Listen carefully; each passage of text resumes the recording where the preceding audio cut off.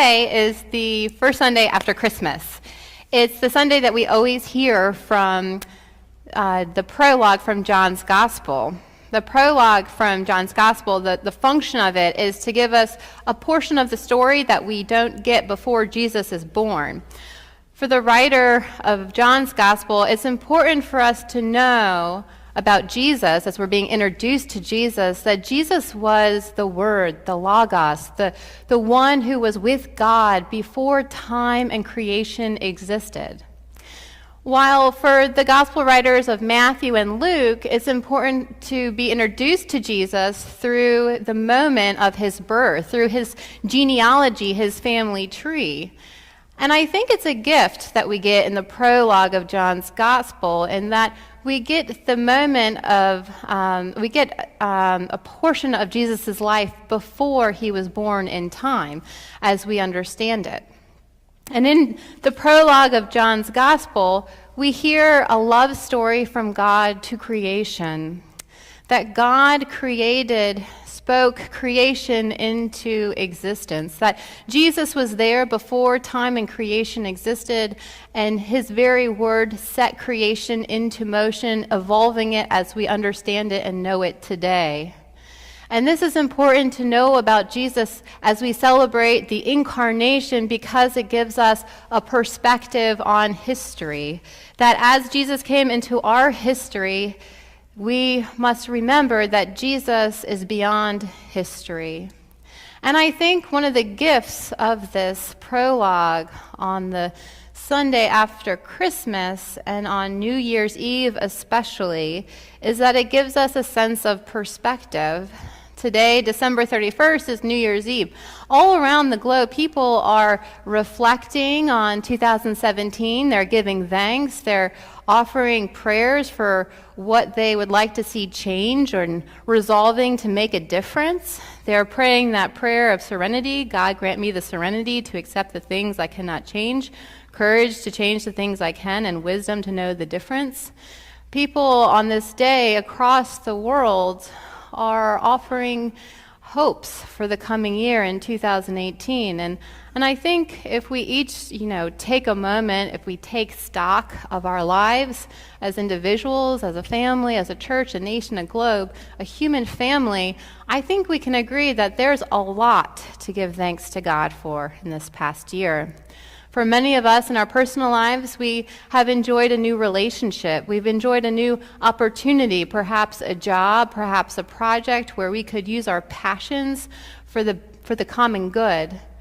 For many of us as a country, we have seen advances in science and technology that continue to make our lives just a little bit more comfortable. Medicines that continue to help expand our lifespans or offer us quality of life when our lifespans are coming to a close.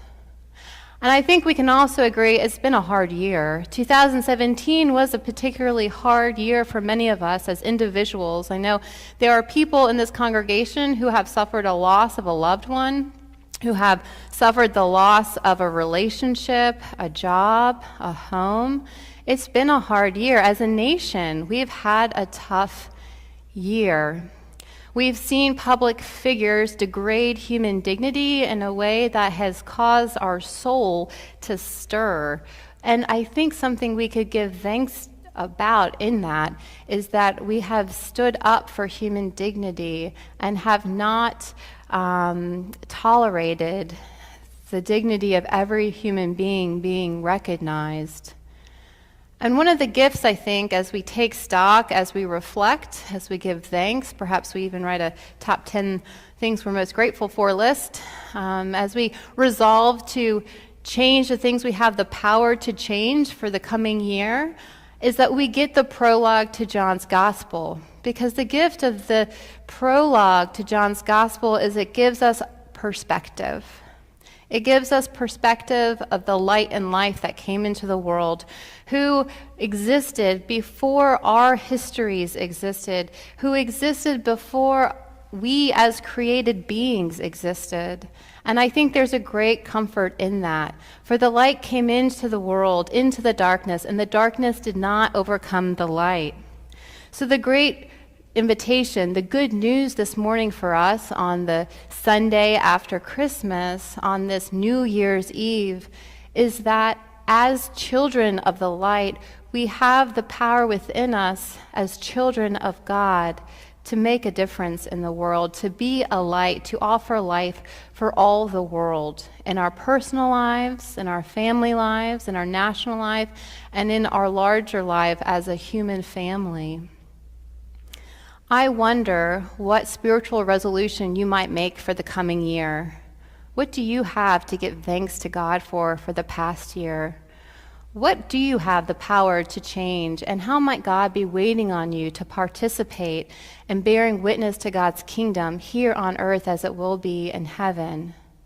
Because as the Gospel of John reminds us, we are children of life, of light and of life. We have the option, the choice to follow that light, to be that life in the world. And as children of God, we don't have to choose the flesh, the way of sin and death, but we can choose the way of freedom, life, and love. For that's how we were created, out of love and for love. So as we go home and spend time with our families, as we give thanks for the life we have, as we ask for God's help in the coming year, remember this, that you were made from light, and from light you will return, that God made you out of love and for love. And so let's be more human. Let's be that light and love in the world in 2018 together. Amen.